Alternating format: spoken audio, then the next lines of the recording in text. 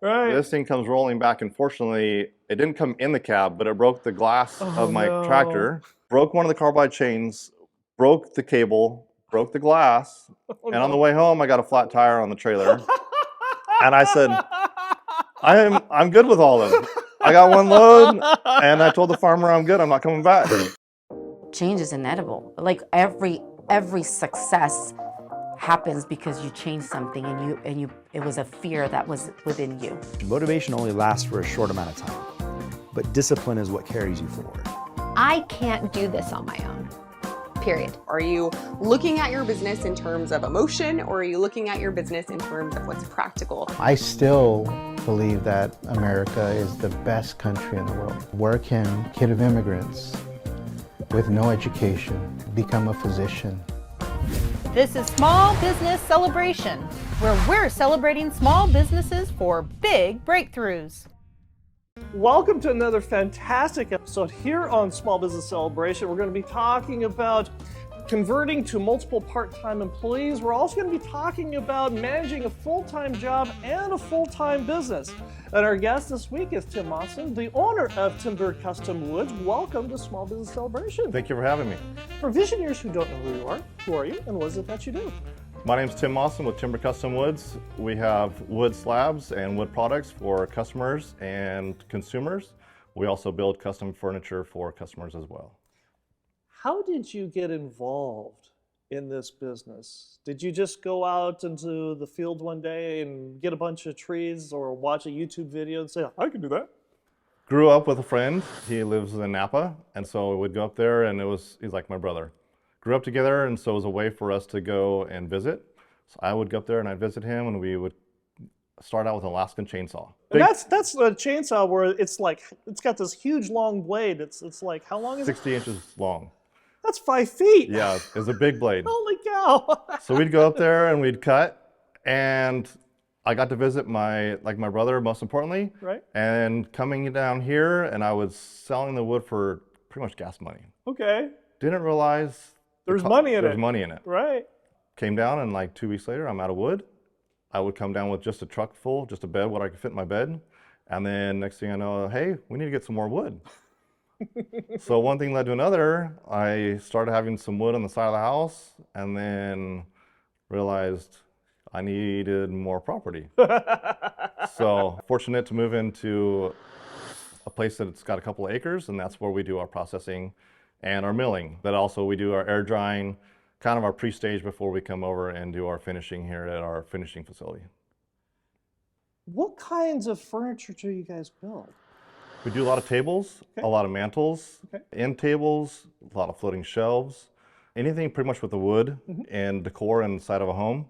We've also done accent beams. So we have a sawmill so we can cut two sides. Wow. We also have a kiln that we can dry the lumber to furniture grade finish. What kinds of wood do you guys typically cut and turn into furniture? Specialize in walnut. Okay. Have a lot of walnut. There is different varieties of walnut. We have a lot of redwood. Right. So those are our two mains that we have. Why is that? Why are those the two main ones? Redwood is very affordable. Okay. Also is pretty in color. Right. Walnut has a lot of grain and a lot of texture. And the deep color of it attracts a lot of people. And you also do other kinds of wood. We do. We have cedar. We actually have 20 different species in stock. Really? Cedar is one of the other affordable. It is affordable and light in color, so people like the lightness of it. We have pine that is also affordable. We also have flaming box elder, which is looks like it almost has bacon in it. It's got a red flame that comes through the wood. That's why they call it flaming box elder. Right. We also have maple that we have harvested, Osage orange. So we get a lot of different woods from trees that are taken out throughout the communities. Throughout California, we go and get the trees after they're taken out and bring them down, cut them out. We have people that are hobbyists, and they'll make duck calls, they'll make charcuterie boards, they'll make tables for themselves, or we will build them as the customer is not handy. They're all custom. Every house is different. Right. Everyone's decor is a little different in the house. Walk us through the system, the pattern of when a customer comes in and they want a table or they want something, and they come in and they said, build me something. Or do they come in with a picture from Pinterest or something along those lines and say, I want that? Okay.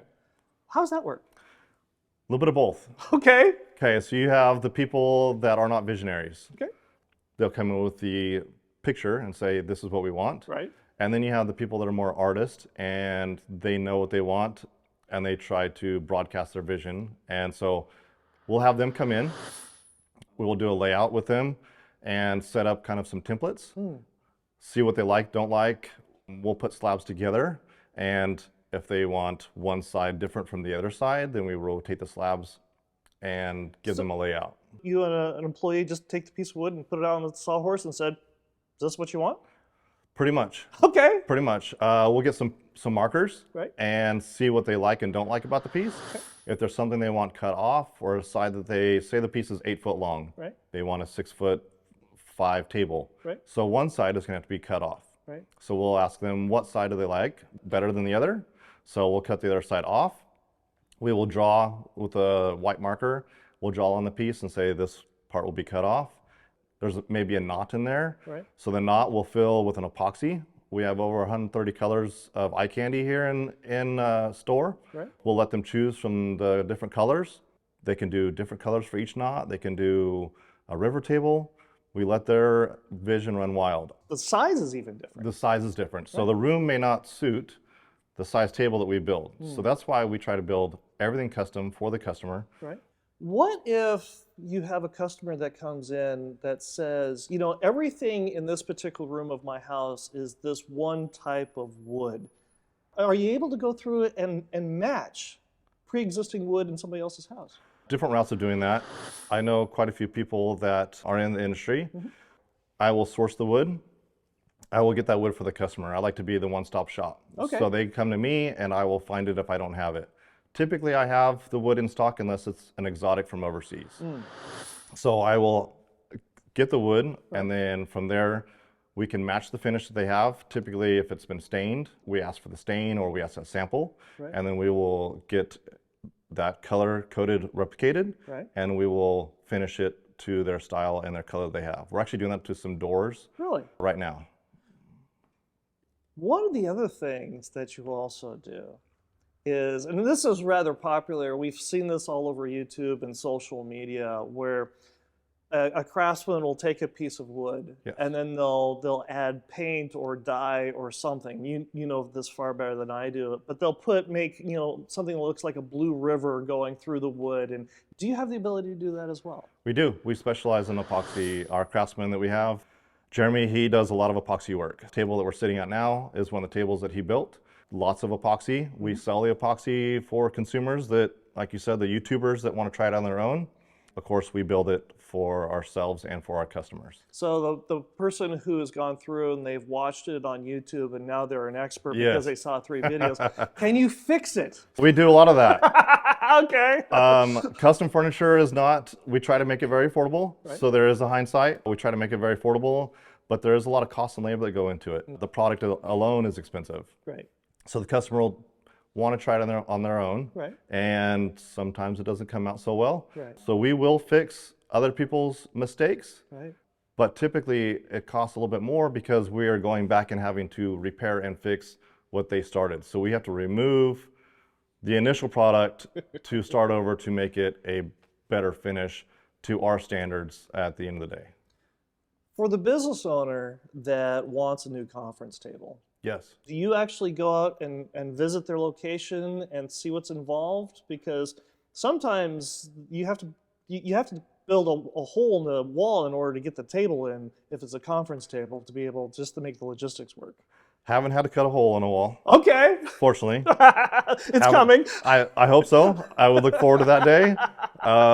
Taking a window out, Right. something like that would be something to achieve Right. someday. So when we go out to a customer calls us and says we would like to have our name and a big conference dining table, whatever it may be for their conference room, we will go out there. I will measure it. We set up templates to see what size they want and what fits and doesn't fit. Right. And then from there, we will get all the information that they want. If they want their logos, if it's a tractor company and they want tractors in the center of the table with the epoxy so you can see through it. If they want just the logo, or they want lights, or they want something just clean and simple with just the wood, we can build all that for them, most definitely. And if you're buying a brand new table here from Tim and you want a house to match, might I suggest that you call Mike Saba, a Zillow Premier agent with Watson Realty, born and raised and never left Bakersfield. Give Mike Saba a call at 661-203-8406 or reach him at mikesaba1@icloud.com today. Mike Saba is also the sponsor of our Visioneer question, who comes from Paul, who asks, we're bringing on a pair of part-time employees to help with our business to grow. How have you managed the conversion to multiple part-time employees? When they're part-time, you kind of have to work with their hours. As long as the work's getting done, I would work with their hours if they were part-time employees. Right. That, and then managing the wood yard additional, because we have 2 different locations. Right.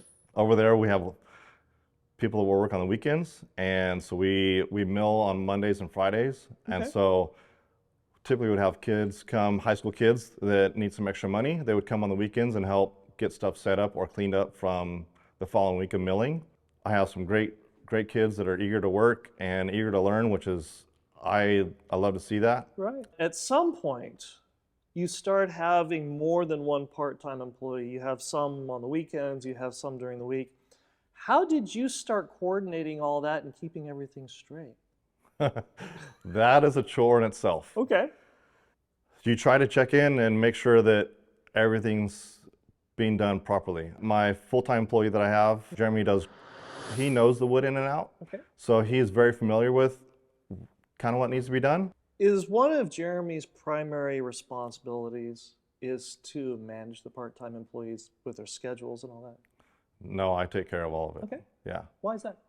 We have a lot of jobs going on in the shop. Okay. And there's a lot of stuff here to take care of as far as the orders. We have a kiln that we have to manage as well, make sure, so we do checks periodically on that. Also having someone here at the shop so we can be open 9 to 5, so customers can come in and just buy a slab. I can go back and forth because I'm meeting customers. I'm running to the big stores and getting parts and pieces. And I can go back to the wood yard, because the wood yard is my main area that I focus on, just trying to have enough product for the future. Jeremy has this pretty well handled over here, and so don't have to check on him as he knows what the jobs are going on. Getting something custom, it takes a lot more time, Yes. a lot more effort. Why would you bother? I enjoy to see the piece go from a tree into someone's home. And to build something that's going to last forever Right.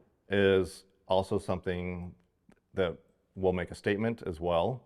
So making a statement piece and see something that is custom made compared to going and someone else having the same thing in their house when you go visit it. Like, oh, I have that same dining table. Right. Oh, I have that same mantle. Right. Did you buy it here? Did you buy it there? If you want your place to look unique and be personalized, you come to custom furniture builders and get something built by them. You mentioned that you'll have wood. It'll take years for it to dry. How do you know when it's ready? So we have a facility now that has a kiln in it. Okay. So now with the kiln, the wood is actually finished to furniture grade. Okay. Furniture grade lumber is 7 to 9%. Dryness. Dryness, correct. So it's a moisture meter that you actually hammer into the wood. Okay. And it has readings that will take moisture from the center of the wood, which is the most important. Right. You plug it in into a little handheld device with the meter that is hammered in, and it will tell you the furniture grade finish of your wood. Tell me about your favorite part of the business. I love milling the wood, seeing the pieces when you cut them. And that smell. There is a unique smell, that is most definitely. Some woods smell better than others, that is for sure. Okay. Some don't have a very good smell, right. But once you cut the wood and you see what's inside of it, is one of my favorite parts. My second favorite part is taking a tree that was going to be disposed of into the landfills and taking that tree and making something out of it, and for it going into a home or a future, business owner, and seeing that tree live on to another piece. I think those two things are my favorite. Seeing the tree come out from its natural form, and then as a finished product, in the finished home or the business. I think there's something special about that. And that brings us to the Visioneer game. Now, Visioneers, if you're not familiar with the way the game works, what I have is a random word generator here on my phone. I have no idea what the words that are randomly generated are going to be, but more importantly, neither does Tim. No. And Tim has got to go ahead and take each of one of 3 words that I give to him and somehow associate it with his business. Are you ready for this? Up for the challenge. Up for the challenge. Excellent. Your first word is kitchen. Kitchen. Okay, well, we can do kitchen countertops made from our wood. So kitchen is, we can do a kitchen countertop. Sounds good. Congratulations on word number 1. Well done. Okay, our second word is shy. Shy. You can't be shy when you're a business owner. True. You kind of have some fortitude and go for it. So if you're shy, it's going to make it hard to be successful in this business. Well done. Congratulations on word number 2. And our third word, you do realize that the fate of your business is based upon your ability to answer this word. Let's hope not. Okay, and your third word is hot dog. Hot dog. Hot dog. That is okay. Well, I've had some wood that has looked like a hot dog when I've cut it before, which is kind of crazy. Sure. You get a lot of different. I've had turtles. Right. You can see a turtle in the wood. Wow. Wood grains are pretty crazy, so sometimes you can have pieces that look like a hot dog. There you go. Well, congratulations. Yeah. 3 out of 3. Well done. Well, and when you go through and you're dealing with different kinds of woods, you can make a table or something out of olive wood? You can do tables. You can do some wall art out of olive. All right. And why is that? Is it because the way their grains are, or? Olives are really hard wood. Not the most friendliest. Okay. But the grains in it are really pretty. Right. Has a lot of lights and some dark lines in it. Olive is a very old hardwood and it grows very irregularly. So we actually just did a set of antler mounts for a customer out of olive wood. Wow. Came out pretty neat. Olive is a very good wood. It's very pretty, but it's unforgiving at the same time. Why is that? What happened? We did an orchard removal one time with some olive. And The farmer just called you up and said, "I got all this olive wood. Come get what you want." They were trying to dispose of it as affordable as possible.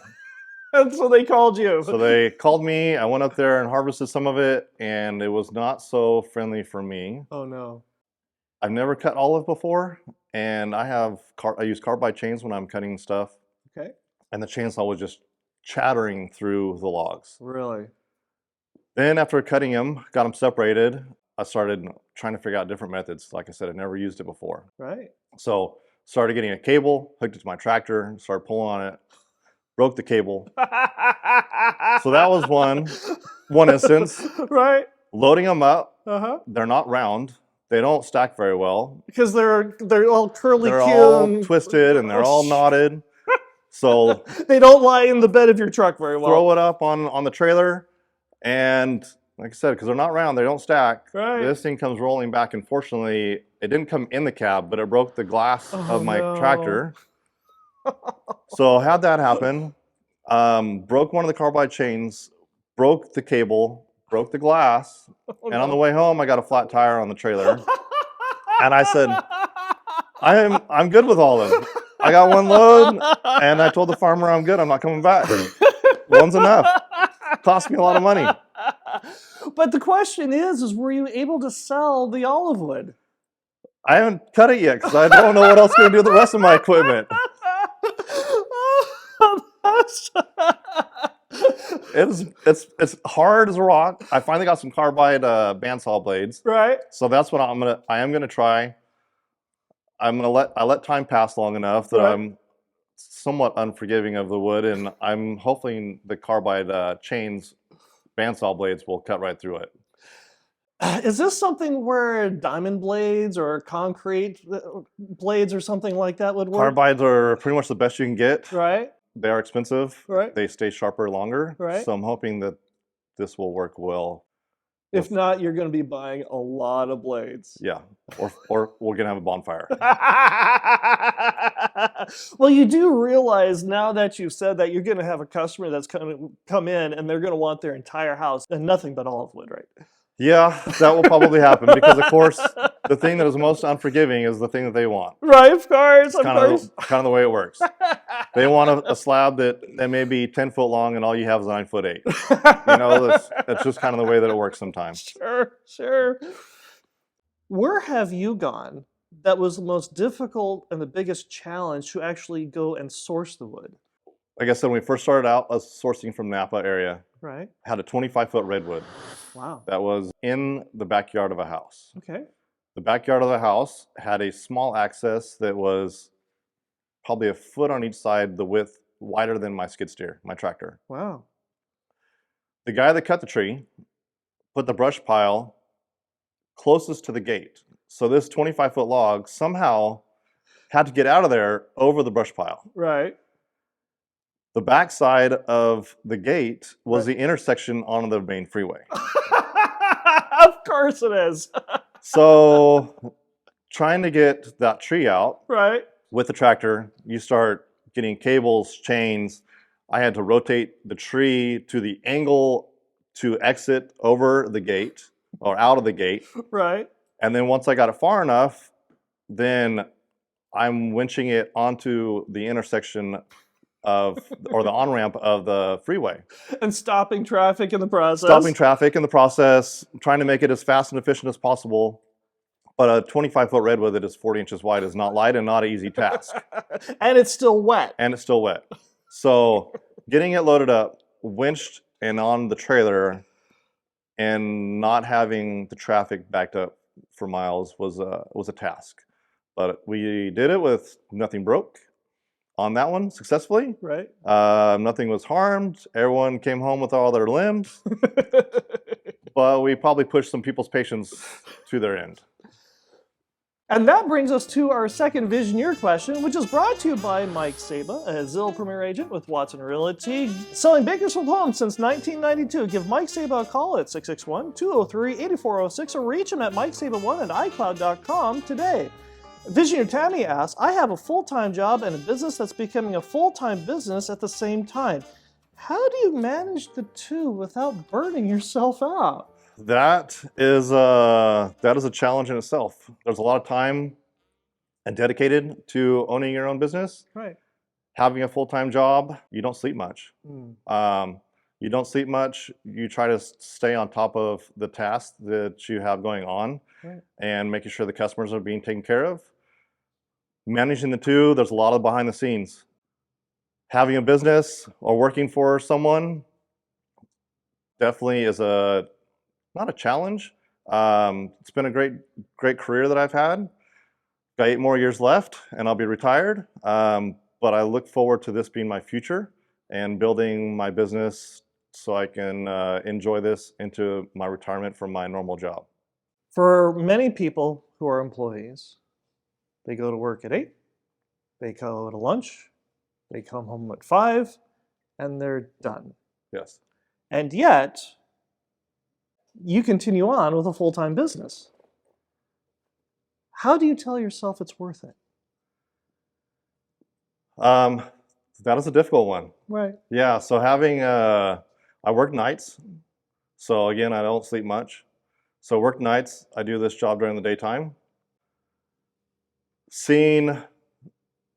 I enjoy this. This is a passion of mine. So it started out as definitely a little hobby.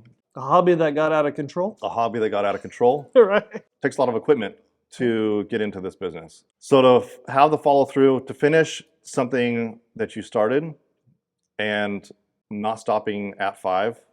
I used to work in the oil fields. So we didn't work 9 to 5. We worked 9 and 5. Right. We worked all the way through. Right. I have always, growing up, used to work long hours. We do 15, 16. My longest day was 22 and a half hours in the oil fields. Right. So I used to work a lot.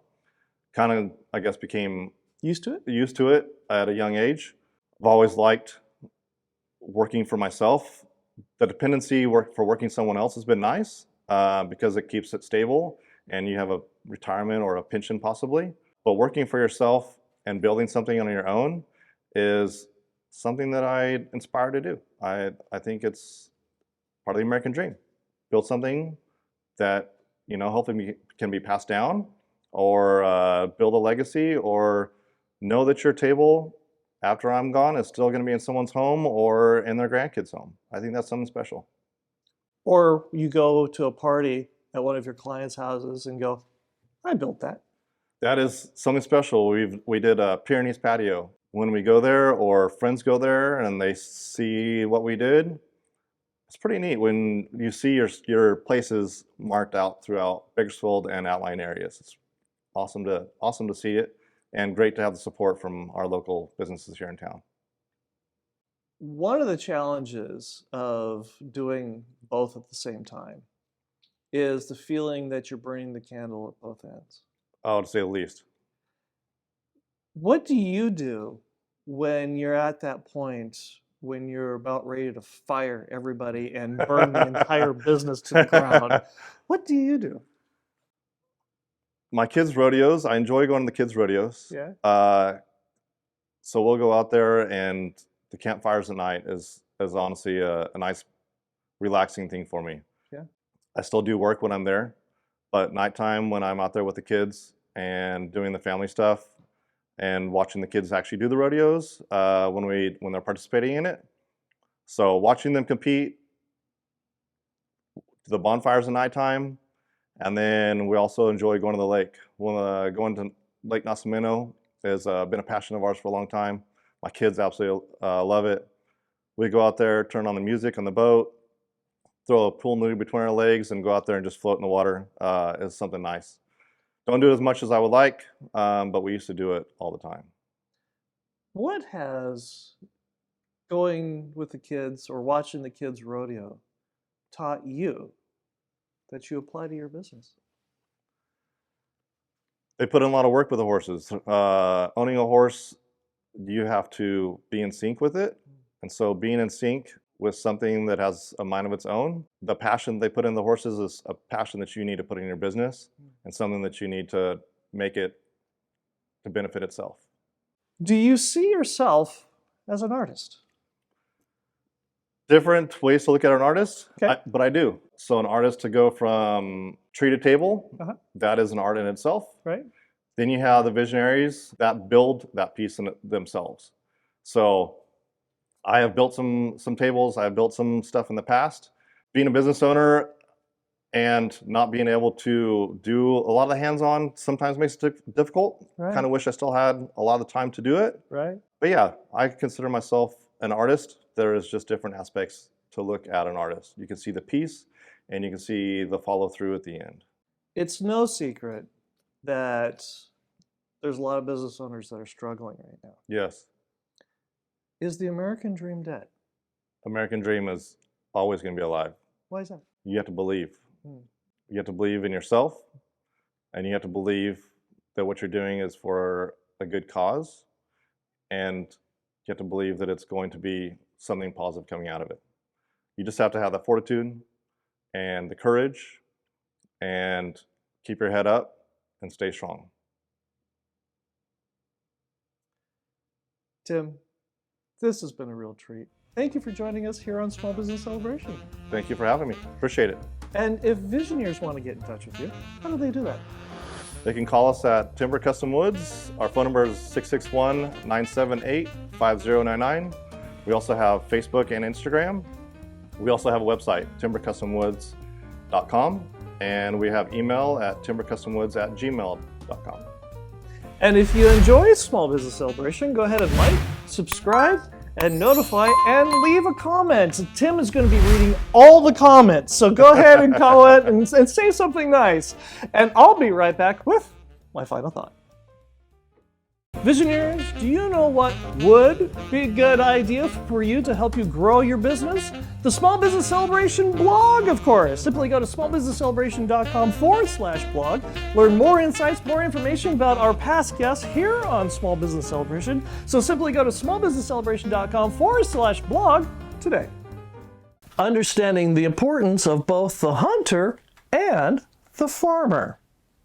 The other day, our kitten Max was enjoying the nice spring morning. She was going through the backyard and she was playing and frolicking, and occasionally she would spy something and she would go through and hunt through the tall grass, going through and grasping her prey.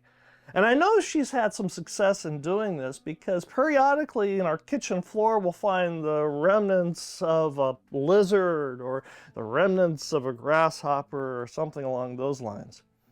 Meanwhile, our dog Bella, who's about 13 years her senior, every morning she has a standard routine. She goes out the doggy door, does a lap around the perimeter of the backyard, making sure everything's in perfect order and harmony like it's supposed to be.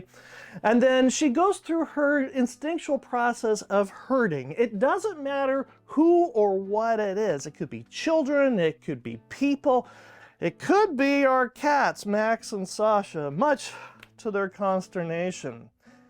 But every once in a while, you get the conflict between the two, Max and Bella.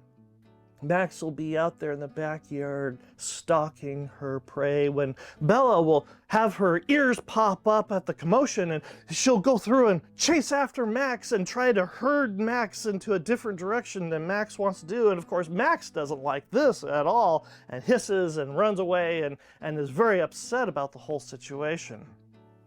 Well, the other day, I was at a business mixer, and the differences between hunters and farmers came up. You've got the hunters, the Maxes of the world that are out there stalking their prey, and they get very upset at the Bellas of the world who are simply trying to contain everything and make sure that everything is growing properly and all the livestock is herded in the right direction.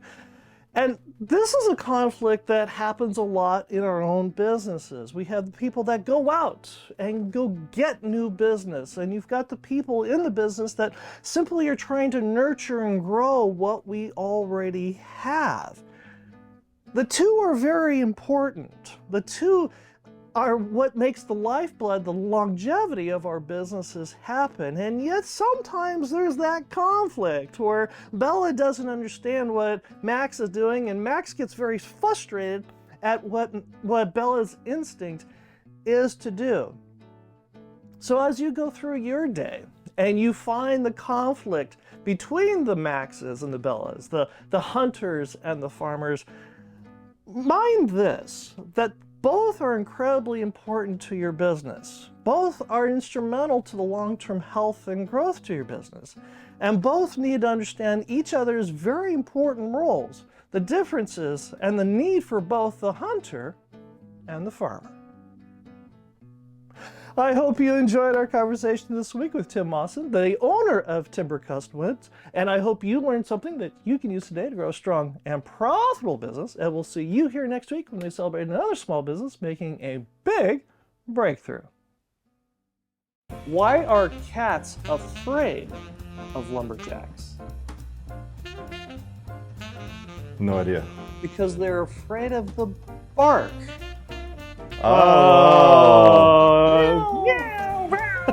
Exactly. When a lumberjack orders sushi, what kind of sushi do they order? Not a crab. No. How about a log roll? Okay. Boo, I know. Not a dad joke person. Shall we start? Let's start. Please. Yes. Okay. Welcome to another fantastic